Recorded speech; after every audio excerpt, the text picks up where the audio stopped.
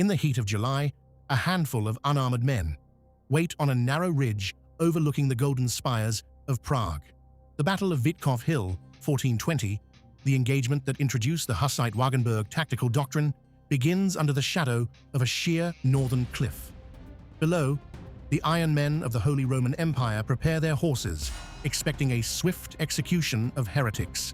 What unfolds on this hillside in under 60 minutes will not merely save the Bohemian capital, it will produce the military blueprint that allows a peasant militia to crush the heavy cavalry of Europe for the next 14 years.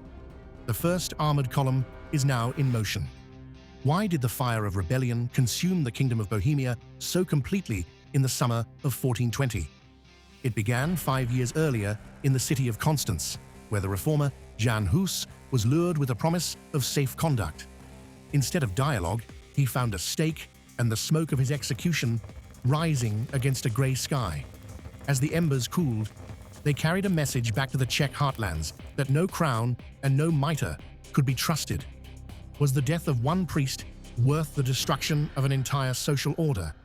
The act of treachery ignited a national fury that no imperial decree could extinguish. How did the Red Fox, Sigismund of Luxembourg, intend to reclaim his brother's vacant throne and silence the dissenters? To the emperor-elect, the followers of Hus were a temporary pestilence, a rabble of farmers and weavers to be cleared away like weeds from a royal garden. He secured a papal bull to extirpate the heretics, gathering a massive international coalition of knights from Meissen, Austria, and Hungary. Would 80,000 professional soldiers not be enough to humble a single rebellious city? Sigismund believed numerical superiority and heavy plate armor were the only arguments needed to end the dissent. What was the radical vision that united the moderate burghers of Prague with the fanatical Taborite peasants from the south? The Four Articles of Prague demanded the unthinkable: the end of church wealth, freedom of preaching, and the right of the laity to drink from the common wooden cup. This symbol of spiritual equality turned a theological dispute into a struggle for national survival. Could a movement built on a simple wooden chalice really stand against the gilded might of the Holy Roman Empire? The Hussites were no longer just protesters, they were God's warriors. Jan Žižka of Trochnov does not wait to be found. He finds the battle first and builds it to his advantage.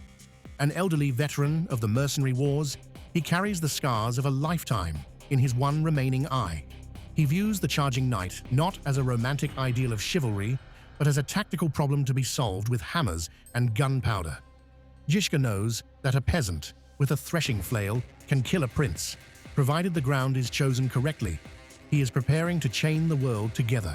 How does a one-eyed general transform a disorganized mob of field hands into the most disciplined infantry force in Christendom? Žižka instills a rigorous, biblically inspired code of conduct, where the penalty for cowardice or looting is absolute.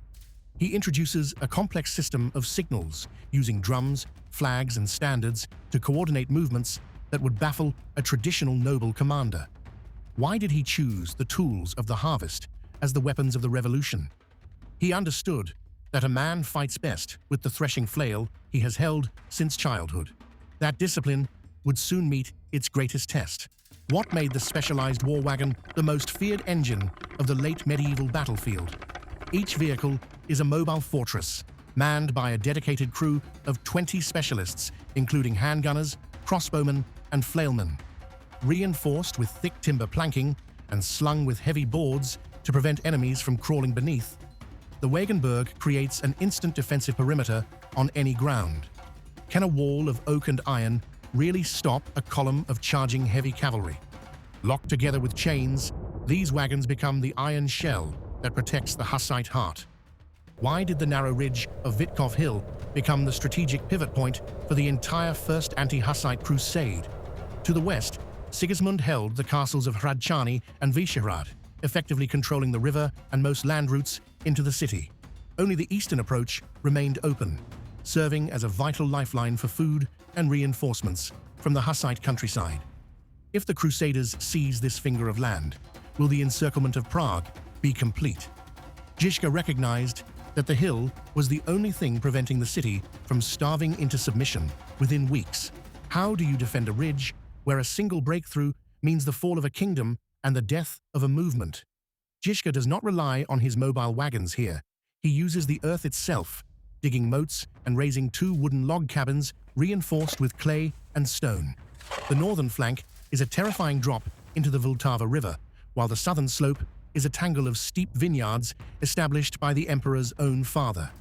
Is it possible that fewer than 80 Taborites can hold a path barely wide enough for 3 horses abreast? The resolve is absolute.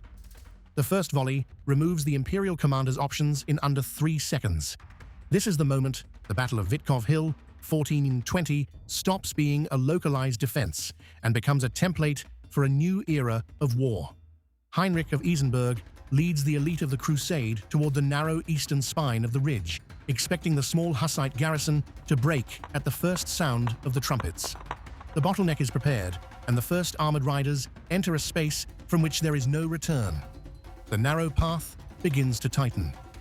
Why did the overwhelming numerical advantage of the Crusaders turn into a lethal disadvantage on the slopes of Vítkov? The narrow path forces the thousands of knights into a cramped, suffocating column where the rear cannot see and the front cannot maneuver. As they press toward the log cabins, they find themselves trapped in a geographic vice, unable to deploy their superior numbers. Can a wall of horses ever hope to breach a fortification where every defender is a marksman? The terrain has neutralized the very essence of medieval heavy cavalry. What is that terrifying rhythmic thunder echoing across the ridge, drowning out the prayers of the city below? It is the roar of the hand cannons that fill the narrow path with acrid white smoke and leaden shot. The sound is a physical force, panicking the war horses and shattering the composure of the Mycenae knights. Do the Crusaders realize that the peasant rabble possesses more gunpowder than the imperial treasury? The staccato bark of the guns is the voice of a changing world. Can a tiny band of Taborite men and women truly hold the line against the most professional killers in the Holy Roman Empire? For over an hour, the struggle is desperate, fought with iron-studded flails and heavy polearms inside the smoke-filled timber cabins. The knights eventually breach the first defense, forcing the Hussites back toward their final moat. Is this the end of the rebellion, or merely the setup for a final desperate stroke? As the sun begins to dip, the defenders look toward the city walls, searching for a miracle. Where will the salvation of Prague come from when the ridge is nearly lost and the defenders are bleeding? From the new town gates, a small relief force of 50 bowmen and infantry emerges, moving not toward the main path, but into the steep vineyards of the southern slope. They know these vines and the treacherous footing of the hillside as only the locals can. Why did they wait until the Crusaders were fully committed to the narrow ridge? Every step they take is a calculated move to strike from the shadows. The Hussites do not ransom the prisoners. They execute the economics of revolutionary warfare instead.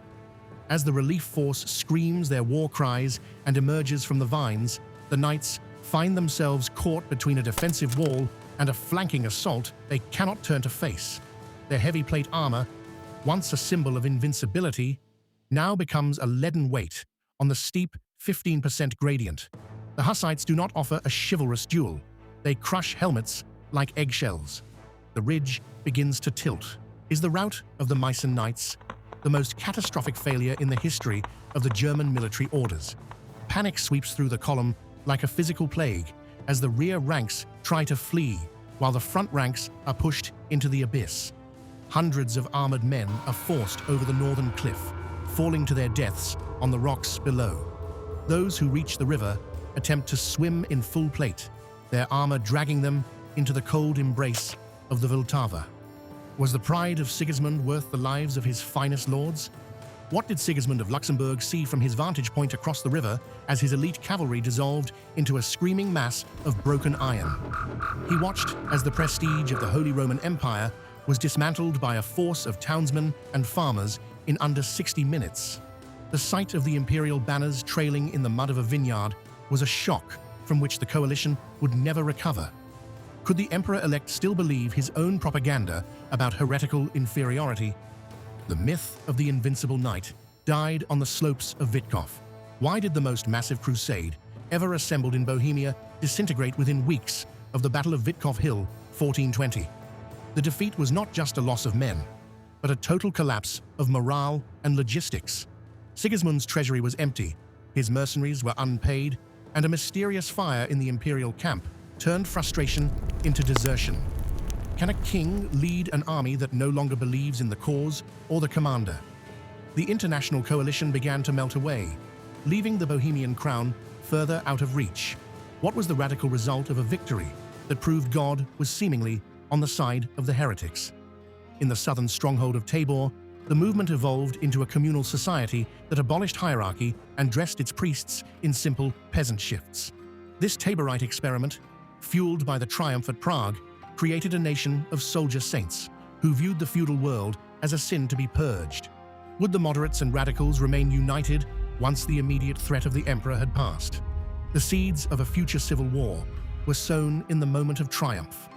Vítkov Hill is forgotten by the chroniclers of kings. The men it trained are not. It proved that a motivated, technology-driven infantry could seize control of history from the hands of the landed nobility. Jan Žižka remains undefeated in the months ahead, eventually succumbing to the plague while on campaign 4 years later. This victory forces the dissolution of the First Crusade, clearing the path for the next significant engagement at Kutna-Hora. The one-eyed general is gone, but the echo of his drums remains. Which chapter of the Hussite Revolution should we explore next? If this deep dive into medieval tactical innovation and the fall of the Holy Roman Empire's Crusade helped you understand the birth of modern combined arms warfare, we have many more stories to tell. The struggle for the Bohemian crown and the legacy of the one-eyed general is far from over. To ensure you do not miss the next significant engagement at Kutna-Hora, scan the QR code on screen now to subscribe and continue the series.